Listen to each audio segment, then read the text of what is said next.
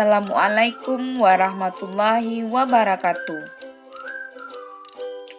Perkenalkan, saya Irma Dona, calon guru penggerak Angkatan 8 Kabupaten Pasaman. Pada kesempatan kali ini, saya akan menyajikan aksi nyata modul 1.4 yaitu tentang budaya positif. Yang terhormat sebagai fasilitator yaitu Ibu Erniati SPD. Dan pengajar praktik Ibu Dediana SPD MM. Pada kesempatan kali ini, saya akan melakukan penyebaran pemahaman kepada rekan guru SMP Negeri 1 Tigonegari tentang budaya positif. Bismillahirrahmanirrahim. Assalamualaikum warahmatullahi wabarakatuh.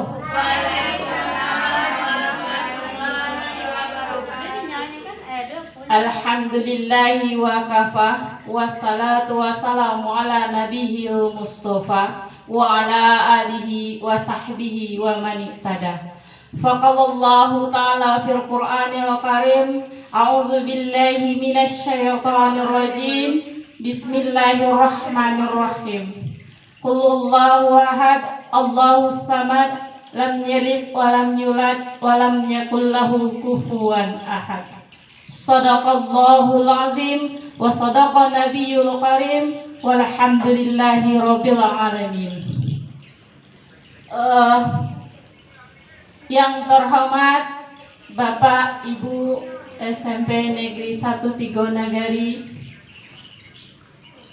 yang terhormat Ibu Penggerak Irma Dona, selawat beserta salam tak bosan pula kita hadiahkan kepada Nabi kita yaitu Nabi Muhammad SAW, karena dia telah memberi kita kesehatan dan kesempatan sehingga kita hadir bersama-sama dalam rangka pelaksanaan guru penggerak yang berjudul berbagi pemahaman dan penerapan pengalaman modul 1.4 budaya positif. Nah, kepada guru penggerak Irma Dona kita persilakan dengan segala hormat. Terima kasih kepada Bu Muntria telah memberikan kesempatan. Assalamualaikum warahmatullahi wabarakatuh. Waalaikumsalam warahmatullahi wabarakatuh. Selamat siang ibu-ibu semuanya. Puji dan syukur marilah kita ucapkan kehadiran Allah Subhanahu wa Ta'ala yang telah memberikan kita kesehatan dan kesempatan sehingga kita bisa berkumpul kembali dalam acara berbagi pemahaman dan penerapan pengalaman modul 1.4 budaya positif. Serta salawat beriringkan salam tak lupa kita kirimkan ke junjungan kita Nabi besar Muhammad SAW yang telah mengangkat derajat manusia dari alam kebodohan sehingga ke alam yang terang benderang yang sama-sama kita rasakan saat ini. Yang terhormat ibu-ibu Majelis Guru SMP Negeri 1 Tigonegari, sebelumnya terima kasih kepada ibu-ibu yang telah bersedia meluangkan waktu untuk kita berbagi dalam hal modul 1.4 yaitu budaya positif. Sebelumnya izinkan saya berdiri di sini bukan maksud untuk menggurui, cuman kita sama-sama berbagi. Kita berbagi pemahaman dan penerapan pengalaman modul 1.4 yaitu tentang budaya positif. Sebelumnya ibu-ibu sudah pernah mendengar kata budaya positif? Sudah. Budaya positif. Kira-kira apa menurut ibu? Apa itu budaya positif? Silahkan Ibu Ega. Terima kasih Bu Irma Dona. Menurut saya budaya positif itu adalah kebiasaan positif yang dilakukan oleh siswa-siswa kita serta semua guru yang ada di sini. Terima kasih. Terima kasih kepada Ibu Ega. Bagaimana ibu-ibu yang lain, ada memiliki pendapat lain? Ada Bu? Tidak? Iya. Budaya positif, saya juga setuju dengan Ibu Ega. Budaya itu merupakan suatu kebiasaan sehingga dia menjadi budaya. Dan yang positif itu yang baik-baik, ya. Pada kesempatan kali ini kami akan berbagi tentang apa itu budaya positif. Nah, kita perhatikan semuanya. Ini ada konsep-konsep inti tentang budaya positif. Yang pertama, disiplin positif, nilai-nilai kebijakan, kebutuhan dasar manusia, motivasi perilaku manusia, posisi kontrol, keyakinan kelas, dan segitiga restitusi. Inilah yang akan saya jelaskan nanti. Saya akan berbagi di sini. Yang pertama, sebelum kita mulai, kita melakukan permainan dulu ya Bapak Ibu. Silahkan keluarkan kertas selembar, berpasangan ya Bapak Ibu ya. Berpasangan.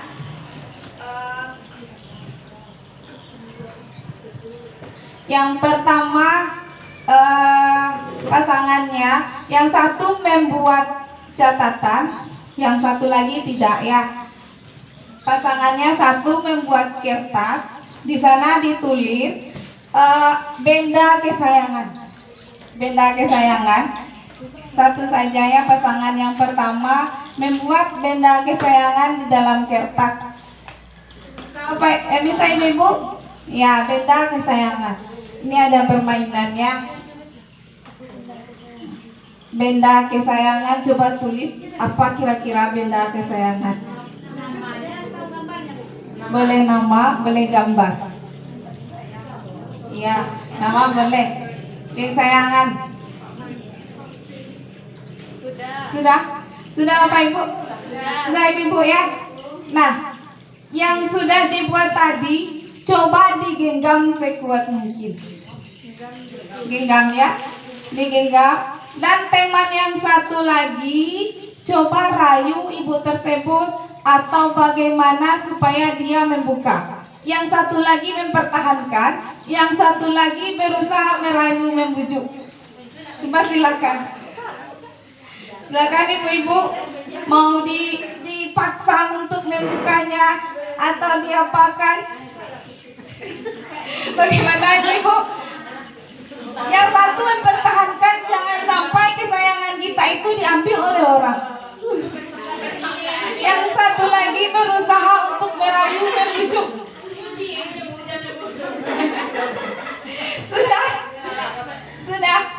Sudah. Terima kasih. Terima kasih, tepuk tangan untuk kita semua. Nah, dari hal tadi, kira-kira bagaimana pemahaman yang dapat kita simpulkan? Ada ibu-ibu yang menginginkan memberikan pendapat, benda kesayangan kita tidak ingin kita diberikan kepada orang lain dari permainan tadi. Ada yang memiliki ide? Bagaimana Pak Ibu? Dari permainan tadi apa yang dapat kita ambil makna atau kesimpulannya? Terima kasih, Bu Roza, silakan. Terima kasih banyak Bu Dona. Dari permainan tadi dapat kita lihat bagaimana kita mempertahankan hak, apalagi itu yang menjadikan sesuatu yang sangat berharga bagi kita. Apapun usaha akan kita kerjakan, kita usahakan supaya hak kita itu bisa kita pertahankan, supaya tidak sampai sama orang lain seperti itu. Tepuk tangan untuk Roza ya. Terima kasih kepada Ibu Roza. Ada yang punya pendapat lain? Tidak? Nah, seperti itulah ilusi guru kontrol murid. Jadi yang satu sebagai murid, kita sebagai guru. Apakah murid itu bisa kita paksakan? Apakah bisa kita paksakan murid itu? Seperti itulah kita kepada murid. Kita sebagai guru itu tidak bisa memaksakan kehendak kita. Tadi yang satu kan berusaha mempertahankan, yang satu memaksa harus seperti ini, dirayulah, dibujuklah, diarahkan seperti itu. Tapi apakah si murid ini bisa berubah? Kan dia berusaha kan, yang satu mempertahankan kan. Nah, seperti itulah kita sebagai guru itu bukan harus untuk menuntut harus seperti ini, harus seperti ini, bukan seperti itu. Jadi kita harusnya seperti guru, jadi guru itu harus menuntun. Seperti permainan tadi, kita tidak bisa memaksakan. Bagaimana Pak Ibu? Selanjutnya, ilusi bahwa orang dewasa memiliki hak untuk memaksa. Tadi kata Ibu Rozaya, kita memiliki hak. Tapi bagaimana? Tapi kita tidak bisa paksakan itu kepada murid kita. Seperti ini. Siapa yang sesungguhnya memiliki kontrol di sini? Siapa yang sesungguhnya memiliki kontrol dalam hal tadi? Kita kan sebagai diri sendiri. Ya betul Pak Ibu? Pengontrolan itu kan terletak pada kita sendiri. Ya, coba kita lihat. Kita mencoba mengubah orang agar berpandangan sama dengan kita. Apakah itu bisa? Kita memaksa orang? Tidak kan? Nah, selanjutnya teori kontrol. Kita berusaha memahami pandangan orang lain tentang dunia. Kita hanya berusaha memahaminya saja. Kita tidak bisa memaksakan orang lain untuk memiliki pandangan yang sama dengan kita. Kita lihat stimulus respon berikutnya. Perilaku buruk dilihat sebagai suatu kesalahan. Sedangkan pada teori kontrolnya, semua perilaku memiliki tujuan. Selanjutnya, model berpikir menang atau kalah. Kalau teori kontrolnya di sini, model berpikir menang. Itulah dari permainan kita tadi. Selanjutnya kita masuk pada disiplin positif. Disiplin positif, kalau menurut Bapak Ibu apa yang dimaksud dengan disiplin yang positif? Ada yang memiliki pendapat disiplin yang positif? Langsung saja ya. Jadi disiplin positif merupakan cara penerapan disiplin positif yang mengajarkan murid cara bertanggung jawab dan mengajarkan cara menumbuhkan kesadaran nilai-nilai kebajikan. Jadi kita sebagai guru itu hanya mengajarkan, bukan memaksa murid. Disiplin positif lebih kepada kontrol diri yang dapat mengajarkan murid untuk bisa memahami serta menyadari motivasi internal, tidak karena paksaan, pujian, atau hukuman. Nah, itulah yang disebut dengan disiplin positif. Jadi kita sebagai guru bukan sebagai penghukum. Yang biasanya kan kita sebagai penghukum kan, kalau anak salah harus seperti ini, sanksinya ini. Kalau melanggar aturan nanti anak ibu harus ini. Itu kan yang biasa kita kerjakan. Tapi kita sebagai guru harus berusaha memberikan kesadaran kepada murid bagaimana motivasi internalnya terwujud. Keadaan diri yang dari dalam bukan karena takut kepada kita. Ya Bapak Ibu. Nah, apakah makna disiplin? Disiplin itu berasal dari bahasa Latin yang artinya belajar. Makna asal dari kata ini berkonotasi dengan disiplin diri murid-murid.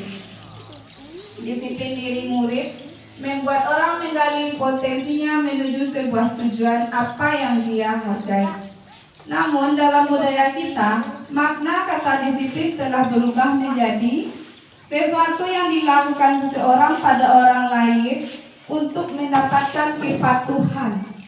Nah, kecenderungan umum adalah menghubungkan kata disiplin dengan ketidaknyamanan, bukan dengan apa yang kita hargai atau pencapaian suatu tujuan mulia. Jadi Kecenderungan umum adalah menghubungkan kita disiplin dengan ketidaknyamanan, bukan dengan apa yang dihargai. Nah, kita di sini berusaha untuk membuat orang itu patuh. Jadi, patuh bukan harus dipaksa, cuman kita harus memberikan kesadaran, motivasi internal kepada murid. Nilai-nilai kebijakan di sini, nilai kebijakannya adalah sifat-sifat positif manusia yang merupakan tujuan mulia yang ingin dicapai oleh setiap individu. Nilai-nilai tersebut bersifat universal, lintas bahasa, suku bangsa, agama maupun latar belakang. Sesuai dengan Dr. William Glasser pada teori kontrol. Nilai-nilai kebijakan yang ingin dicapai oleh setiap bangsa kita dikenal dengan profil pelajar Pancasila. Nah, ada juga nyanyinya. Apakah boleh saya bernyanyi? Supaya lebih semangatnya, kita nyanyi lagu profil pelajar Pancasila. Pelajar Pancasila beriman dan bertakwa pada Tuhan Yang Esa dan akhlak mulia, berkebinekaan global, gotong royong mandiri, kreatif dan bernalar kritis. Tepuk tangan untuk kita semua. Itulah nilai-nilai kebijakan yang ingin dicapai oleh setiap anak Indonesia kita dengan nama profil pelajar Pancasila. Selanjutnya kita masuk pada teori motivasi perilaku manusia. Ada 3 teori motivasi. Mungkin guru BK lebih jelasnya ya. Yang biasa memahami, memfasilitasi tentang motivasi ini. Ada 3. Yang pertama, untuk menghindari ketidaknyamanan atau hukuman apa yang akan terjadi apabila saya tidak melakukannya. Itu termasuk motivasi eksternal. Apalagi misalnya kita tugas harus dibuat anak ibu, harus dikerjakan. Kalau tidak nilainya kosong. Itu kan berupa ancaman kan. Jadi anak-anak itu hanya takut pada kita, bukan ada kesadaran dari dirinya. Itu disebut ancaman yang bersifat motivasi eksternal. Itu ancaman. Harusnya kan harus timbul kesadaran.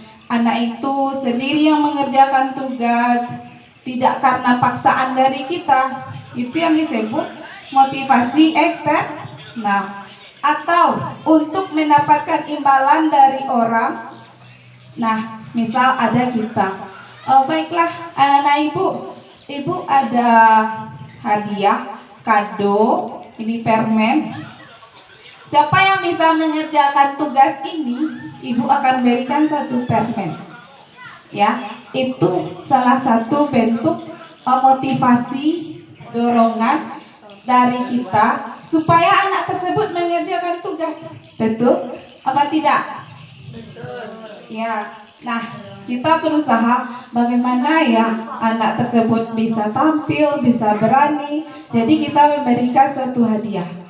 Tadi ada hukuman, sekarang ada hadiah. Tadi ada sanksi atau hukuman. Jadi kalau menurut Bapak Ibu, kalau kita selalu memberikan hadiah kepada peserta didik, apa kira-kira yang terjadi? Bagaimana motivasinya dalam belajar? Apakah dia tambah semangat? Atau kedepannya akan timbul motivasi internal? Bagaimana menurut ibu-ibu?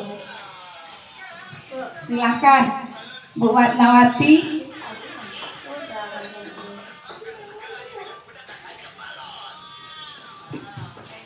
Baik, terima kasih Ibu Dona. Menurut saya, pemberian hadiah kepada murid itu hanya berdampak sementara. Kenapa? Kalau nanti kita tidak memberi mereka hadiah, mereka sudah tidak semangat lagi. Jadi menurut saya di sini kurang efektif dengan memberikan hadiah berupa barang. Begitu Ibu Dona. Terima kasih.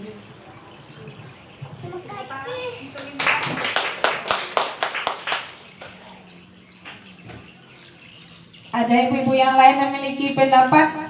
Apakah setuju? Kalau kita selalu memberikan hadiah itu, apakah bisa memberikan selalu motivasi? Tidak ya. Kalau seandainya suatu hari kue itu tidak ada, permen itu tidak ada, bagaimana kira-kira? Apakah anak yang aktif itu sama dengan anak yang waktu ketika kasih permen? Tidak ya. Seperti itulah. Jadi ternyata pemberian penghargaan berupa hadiah itu ada dampak negatifnya. Ya. Selanjutnya yang ketiga, untuk menghargai diri sendiri, disebut dengan motivasi internal. Jadi inilah seharusnya kita itu berusaha menjadikan murid itu dari dalam dirinya, kesadaran sendiri, bukan karena faktor diberikan penghargaan, bukan karena faktor diberikan hadiah. Ya seperti itulah, harus berasal dari dalam diri anak-anak kita. Seperti kata Ki Hajar Dewantara, merdeka itu artinya tidak hanya terlepas dari perintah, akan tetapi juga cakap buat memerintah diri sendiri. Jadi harusnya peserta didik kita itu bukan kita yang harus memerintah terus, tapi yang kebanyakan kita lihat kan, kalau tidak kita suruh, anak-anak kita tidak bekerja kan ibu-ibu? Iya, itulah yang berusaha kita buat sekarang. Bagaimana anak-anak didik kita itu lahir dalam dirinya kesadarannya. Apa yang harus kita usahakan? Itulah satu PR kita. Nah, kita lanjut. Ada kebutuhan dasar. Kebutuhan dasar, poin selanjutnya, poin inti dari budaya positif. Yang pertama, kebutuhan untuk bertahan hidup. Yang kedua, kebutuhan cinta dan kasih sayang. Itu sangat butuh kita ya. Apalagi murid kita itu sangat butuh akan cinta dan kasih sayang, perhatian kita. Jangan setiap hari menghardik, hei kamu kesini dulu, kenapa kamu terlambat ini tuh. Apakah seperti itu sebaiknya Pak Ibu? Apalagi tuntutan sekarang, harusnya kita menghamba kepada murid. Iya Pak Ibu? Iya harusnya ya, menghamba kepada murid. Kita harus memberikan pengajaran berpusat kepada murid. Itu yang seharusnya.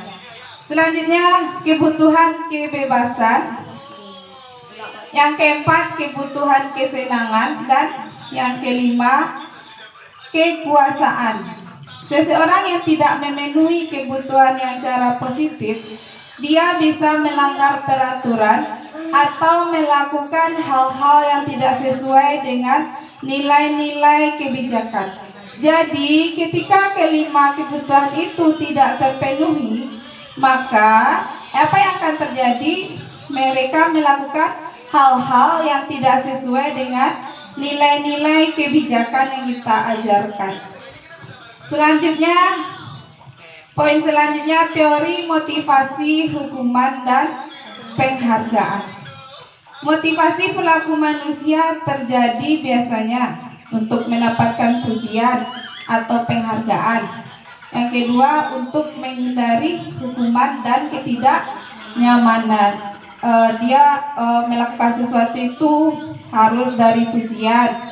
Kalau tidak ada pujian, kalau tidak ada penghargaan, maka anak kita tersebut tidak mau melakukan. Selanjutnya, untuk menghindari hukuman, dia hanya patuh kepada kita, bukan dari dalam dirinya. Jadi kalau seandainya hanya karena kita dia menghindari hukuman, sebaiknya itu disebut dengan motivasi eksternal.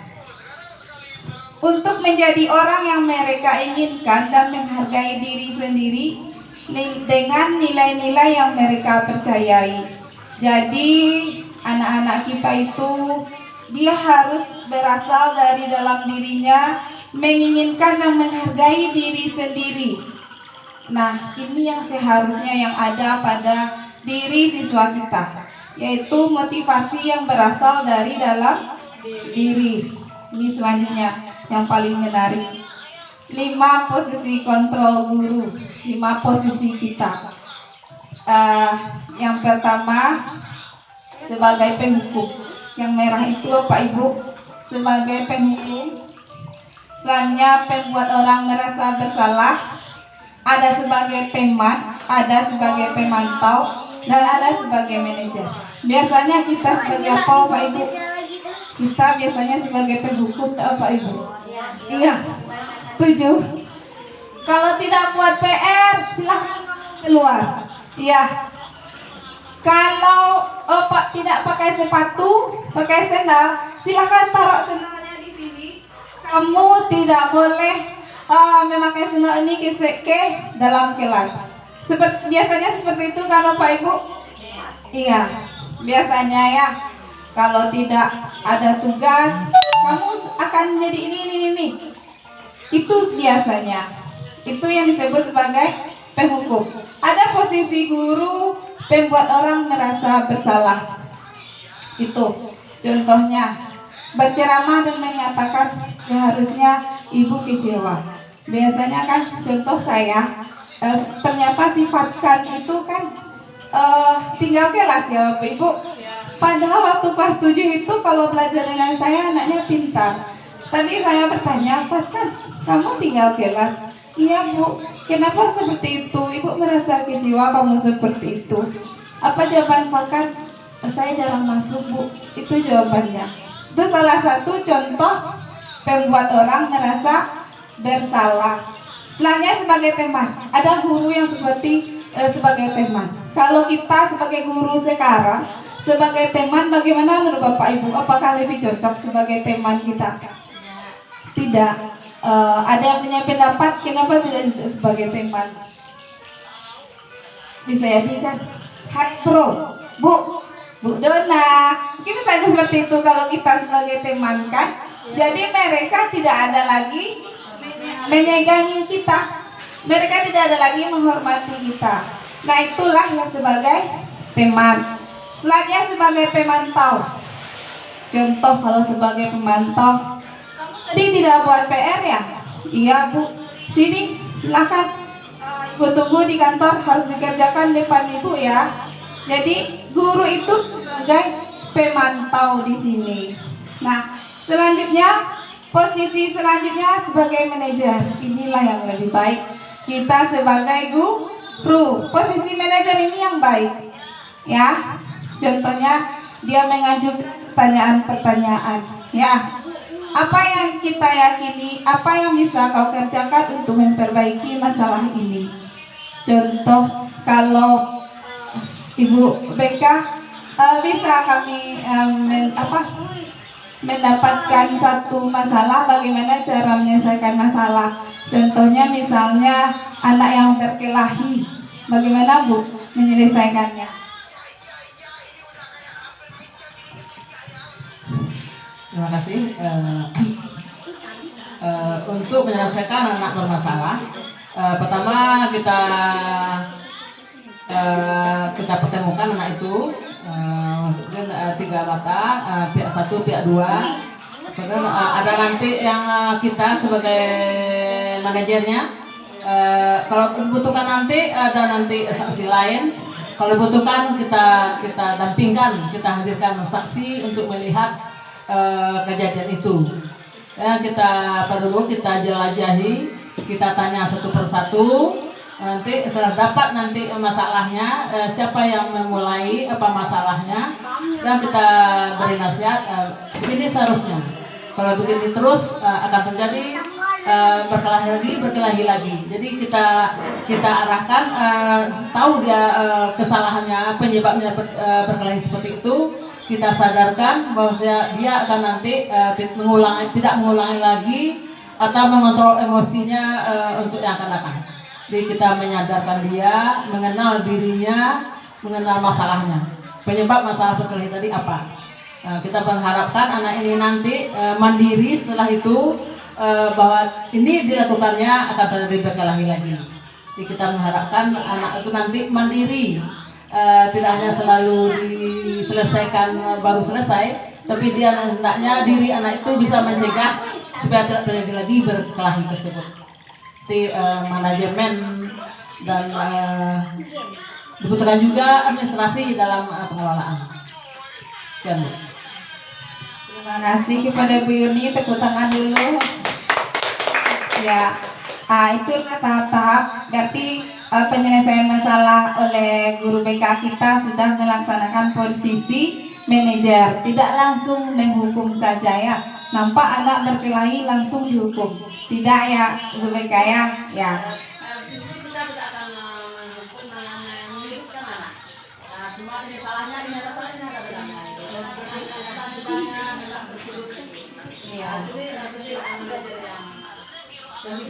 Iya, terima kasih kepada Bu Yuni. Selanjutnya coba kita perhatikan pernyataan-pernyataan di sini. Saya kecewa sekali dengan kamu, Nak. Berarti itu salah satu posisi kontrol yang bersifat membuat orang merasa bersalah. Selanjutnya, kamu tidak pernah benar melakukannya. Kamu selalu melanggar peraturan. Kamu harus seperti ini. Berarti itu posisi penghukum. Kalau sebagai teman, ayolah lakukan demi ibu atau bapak ya nak. Kamu kerjakan PR ya nak. Itu sebagai teman. Kalau pemantau, bagaimana pernyataan-pernyataannya? Apakah kamu mendapatkan stiker bintang hari ini? Berarti dia memantau. Ya. Selanjutnya sebagai manajer, bagaimana kamu bisa menyelesaikan masalah ini nak? Berarti sebagai manajer dia tidak selalu memvonis, menyudutkan, kata Bu Yurni tadi ya. Cuma ditanya dulu bagaimana cara menyelesaikannya, apa permasalahannya ya. Selanjutnya kamu selalu yang paling terakhir. Kamu selalu yang paling terakhir mengerjakan tugas. Buku nilai ibu kosong. Tidak ada tugas dari kamu. Itu disebut sebagai posisi penghukum. Selanjutnya keyakinan kelas. Apakah Bapak Ibu wali kelas sudah membuat keyakinan kelas di lokalnya masing-masing? Belum. Ada yang sudah Bapak Ibu? Ada yang sudah ya?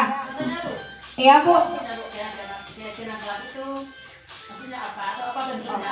Keyakinan kelas ini merupakan kesepakatan kita bersama dari siswa dengan guru, dengan wali kelas. Jadi kita buat aturan-aturan, kita memimpikan impian kita itu bagaimana kelas yang teratur, belajar disiplin, bagaimana cara membentuk lokal seperti itu.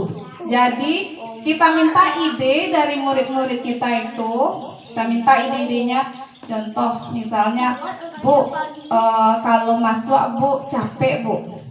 Nah, berarti salah satunya hadir tepat waktu. Bu, lokal kita kotor Bu, sampah serak. Jadi apa kalimat keyakinan kelas? Misalnya menjaga kebersihan. Seperti itu keyakinan kelas. Jadi keyakinan kelas itu kontrak kita, kesepakatan kita dengan murid-murid kita supaya kelas kita itu nyaman. Jadi bagaimana impian-impian terhadap kelas kita tersebut. Itu yang kita sepakati dengan murid-murid kita di kelas. Seperti itu ya Bu. Selanjutnya kita masuk pada segitiga restitusi. Ini emang berhubungan juga dengan guru BK karena setiap masalah yang menangani di sekolah kita kan biasanya kalau sudah tidak bisa dihandle oleh guru, kita ada BK ya di sekolah kita. Jadi untuk menyelesaikan suatu masalah itu kita menggunakan namanya segitiga restitusi. Yang pertama menstabilkan identitas, yang kedua validasi tindakan yang salah, yang ketiga menyatakan keyakinan. Contohnya seperti ini, ada masalah, misalnya si Adi mengganggu Budi sedang mengerjakan tugas. Jadi bagaimana caranya? Kita panggil si Adi dan Budi tadi. Kita yang pertama menstabilkan identitas. Kita tanya dulu, Adi, Budi, apakah kalian tahu kenapa ibu panggil di sini? Pasti mereka menjawab kan? Dia menjawab, iya Bu, tadi saya mengganggu Budi saat mengerjakan tugas. Itu bagian menstabilkan identitas. Selanjutnya setelah itu, kira-kira Adi, kamu itu pasti punya alasan. Apa alasannya untuk mengganggu si Budi? Kata kita kan, itu validasi tindakan yang salah. Saya hanya iseng-iseng saja Bu. Kan banyak anak-anak kita seperti itu ya Pak Ibu. Isengnya yang berkelebihan akhirnya menimbulkan masalah. Ya, itu validasi tindakan yang salah. Selanjutnya menanyakan keyakinan. Kira-kira kalau apa solusinya? Kalau seperti ini, apakah tadi bisa jadi, Bu, saya akan minta maaf kepada Budi, saya telah mengganggunya dalam belajar. Itu yang disebut runtutannya tahap-tahap segitiga restitusi. Terima kasih. Sekianlah berbagi kita pada siang hari ini. Kalau ada kata yang salah atau pertanyaan, silahkan Bapak Ibu memberikan pertanyaan atau pendapat, boleh. Kalau tidak ada, saya cukupkan saja sampai di sini. Kalau ada kata-kata yang salah, saya mohon maaf. Semoga kita bisa menjadi posisi guru sebagai manajer, ya Bapak Ibu. Kita hindari penghukuman, kita juga menghindari penghargaan. Kita harus berusaha memotivasi peserta didik dari dalam diri. Ya, terima kasih Bapak Ibu. Saya ucapkan Assalamualaikum warahmatullahi wabarakatuh. Terima kasih kepada guru penggerak yaitu Bu Irma Dona yang telah menyampaikan budaya positif untuk kita. Nah,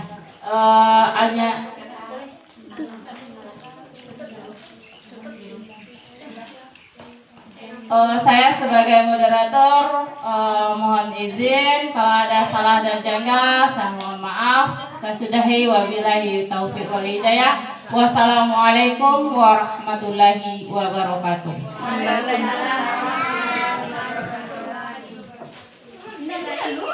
Assalamualaikum warahmatullahi wabarakatuh. Perkenalkan, nama saya Haftika Fitri, teman sejawat dari Ibu Irma Dona, calon guru penggerak angkatan 8. Baiklah, dari diseminasi yang diberikan oleh Ibu Irma Dona, dapat saya mengambil kesimpulan bahwa budaya positif merupakan perwujudan dari nilai-nilai atau keyakinan universal yang diterapkan di sekolah. Budaya positif di sekolah tidak dapat diciptakan secara instan. Dalam penerapan budaya positif di sekolah diperlukan tuntunan dan tauladan dari seorang guru. Guru penggerak menjadi contoh yang baik sehingga murid dengan kesadaran diri sendiri mengikuti apa yang dilakukan guru. Penerapan budaya positif di sekolah tak lepas dari peran dan nilai seorang guru untuk menerapkan budaya positif. Seorang guru harus mampu menjadi pemimpin pembelajaran yang memiliki nilai berpihak pada murid, mandiri, kreatif dan inovatif, reflektif dan kolaboratif sehingga dapat mewujudkan kepemimpinan murid. Refleksi dari saya sudahi dengan Assalamualaikum warahmatullahi wabarakatuh.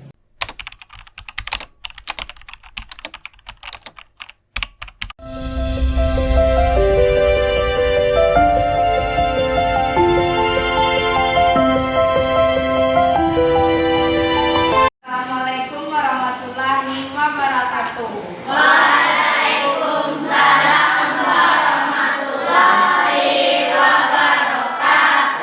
Selamat pagi anak-anak semuanya. Pagi Bu.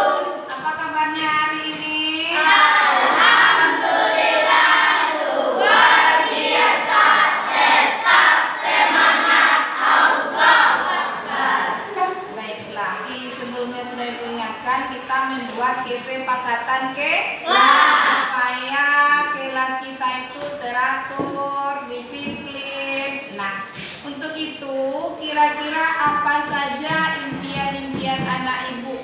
Kelasnya bagaimana? Nah, sekarang kita bentuk kelompok. Ayo segera bentuk kelompoknya.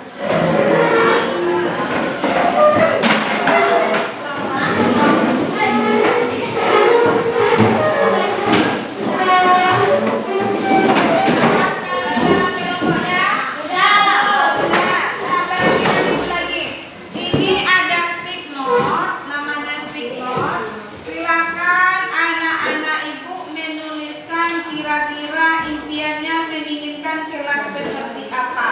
Siap? Kita bagikan satu per orang.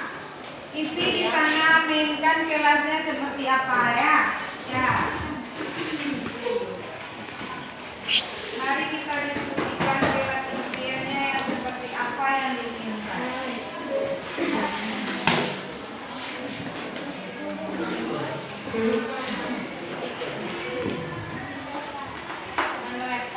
Keluarkan penanya.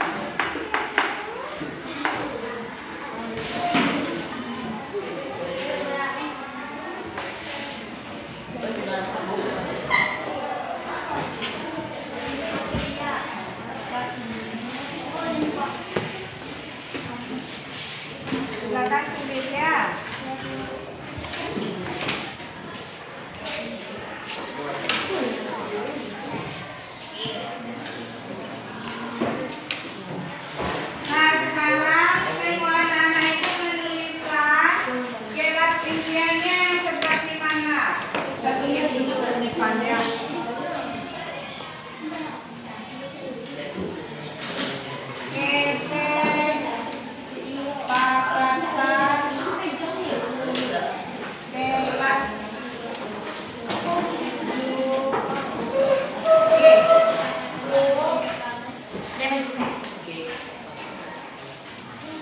Kelompok 2,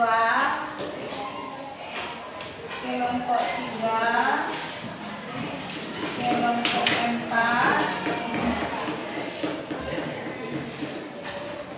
kelompok 1, kelompok Rindu, kelompok 2, kelompoknya Hilda, kelompok 3, kelompoknya Adit, kelompok 4, kelompoknya Gusti, kelompok 5, kelompok kita. Sudah, silakan bekerja ya.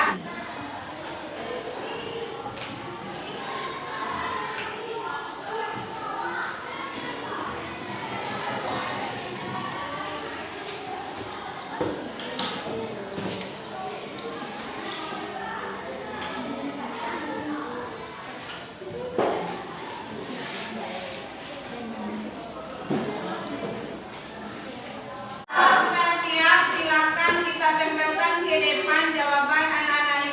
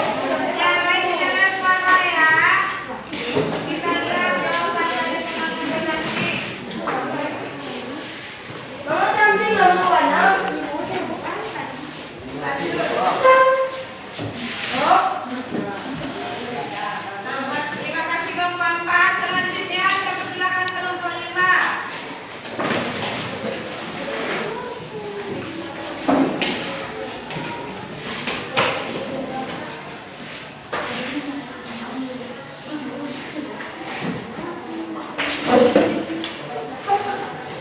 bagus, tepuk tangan untuk kita semua.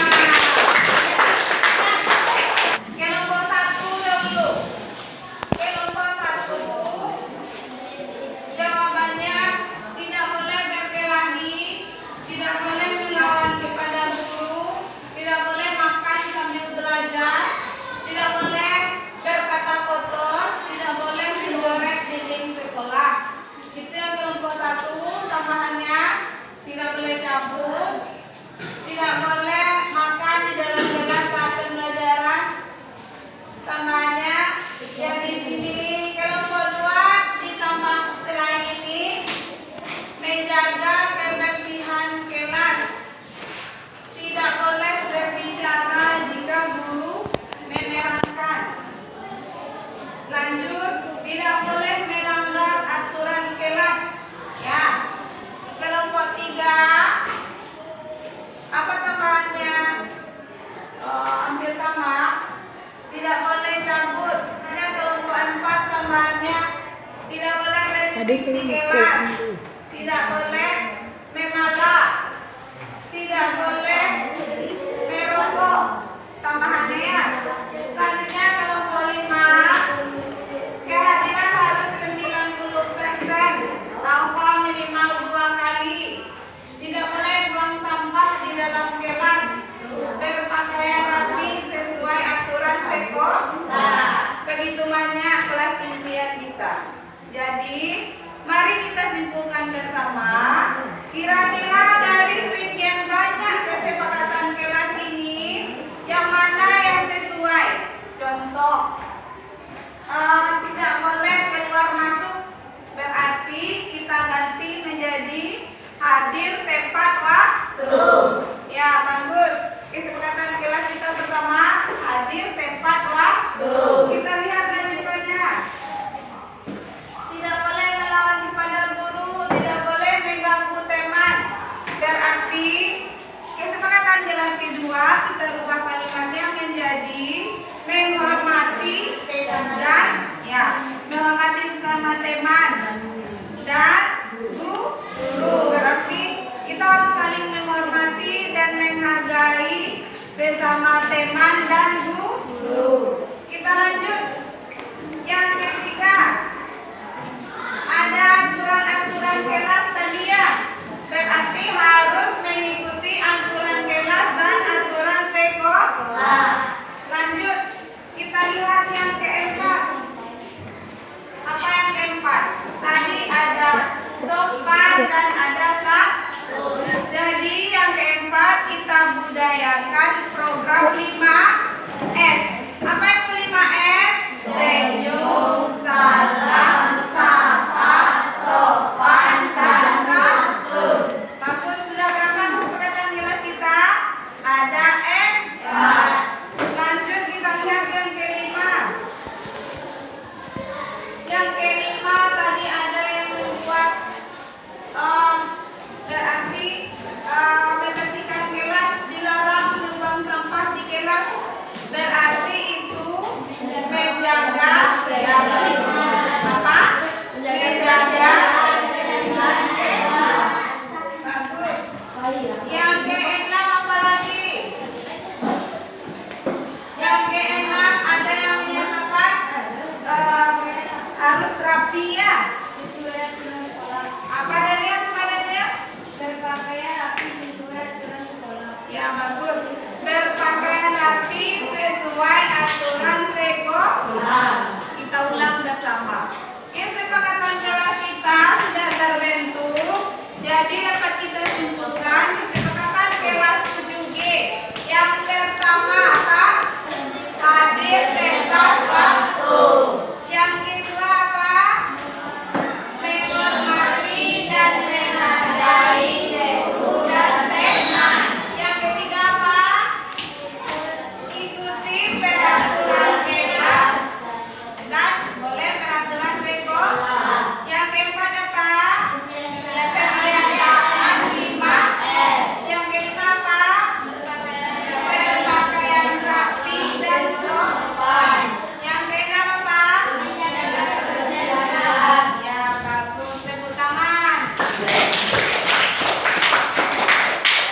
karena kesepakatan kelas sudah terbentuk, sekarang saatnya kita menandatangani kesepakatan kelas bersama. Silakan kelompok 1 tanda tangani kesepakatan kelasnya, silakan maju. Di bawahnya ya, di bawah. Di bawah, iya di bawahnya.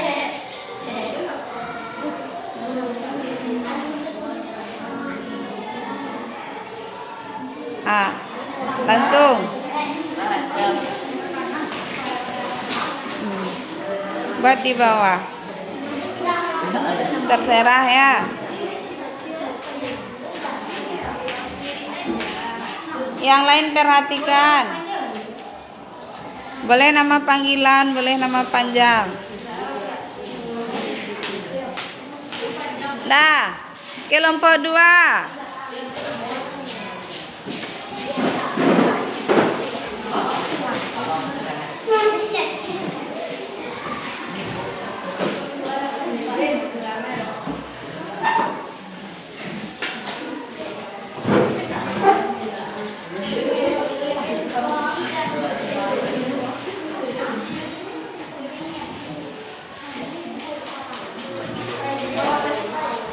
Lanjut, kelompok 3.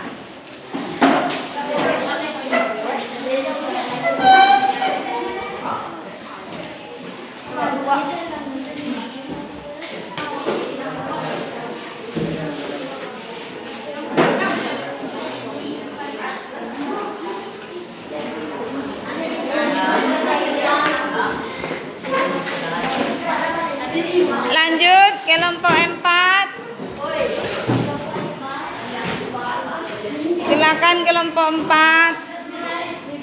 Cari saja yang kosong ya. Yang kosong yang di bawah, ambil saja yang kosongnya, tulis di sana.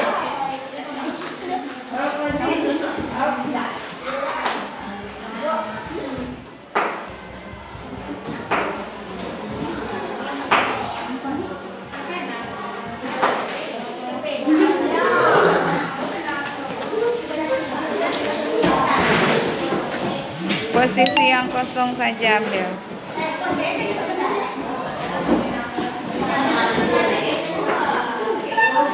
Yang lain tidak ada suara.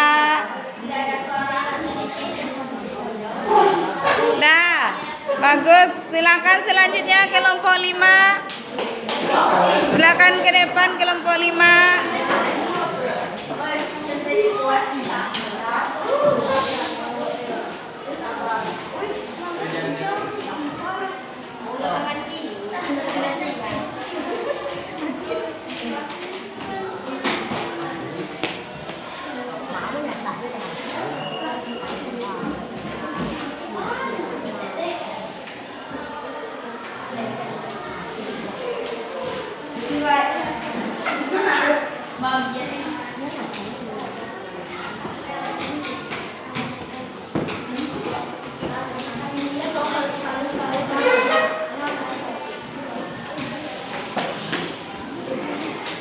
Sekarang saatnya kita tempelkan hasil kesepakatan kelas kita yang ditempelkan oleh Rafil. Sudah Rafil? Sudah. Nah, terima kasih.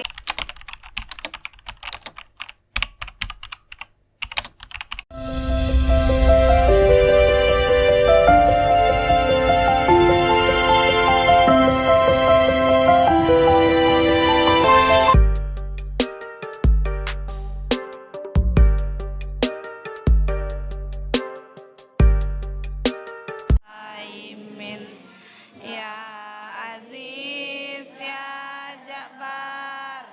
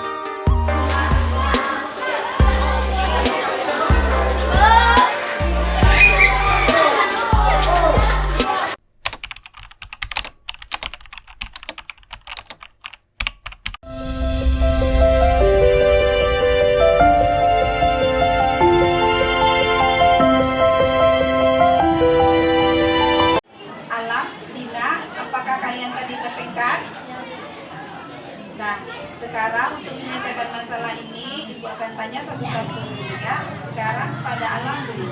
Alam, apa yang kamu lakukan kepada Dina tadi? Saya hanya menunggu Dina sedang membuat tugas. Kenapa kamu lakukan itu, Alam? Saya hanya iseng. Saya hanya bercanda. Nah, apakah kamu tahu akibat keisengan kamu tadi? Akhirnya Dina berbicara kotor. Nah, karena Dina berbicara kotor, jadi kamu dalam masalah sekarang, apakah kamu paham? Abu, Nah, paham. Nah, dalam kesepakatan kelas kita, kira-kira apa yang belum kamu tunjukkan, Alam? berbuat baik kepada orang lain dan menghargai sesama kita. Bagus, berarti kamu paham ya keyakinan kelas yang kamu tunjukkan. Nah, untuk kedepannya, kamu tidak boleh mengganggu teman lagi ya, Alam. Ya, Bu. Nah, kira-kira dalam menyelesaikan masalah ini, apa solusinya menurut kamu, Alam? Saya akan minta maaf kepada Dina. Ya, bagus.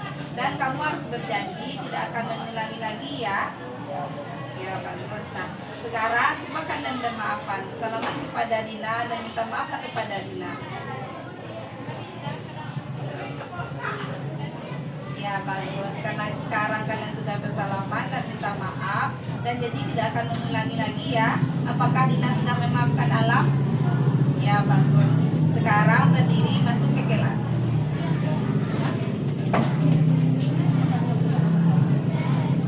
Nah, selamat siang Dina. Siang, Bu. Ya. Tadi apakah Dina bermasalah dengan Alam? Iya, Bu. Coba ceritakan sama Ibu apa masalahnya. Tadinya saya kesal, Bu. Saya diganggu belajar. Oh, itu masalahnya. Nah, kira-kira kalau dengan berbicara kotor itu apakah ada solusi bagi Dina? Menurut Dina? Tidak, Bu. Tadi saya keceplosan. Nanti tidak usah lagi berbicara kotor lagi ya.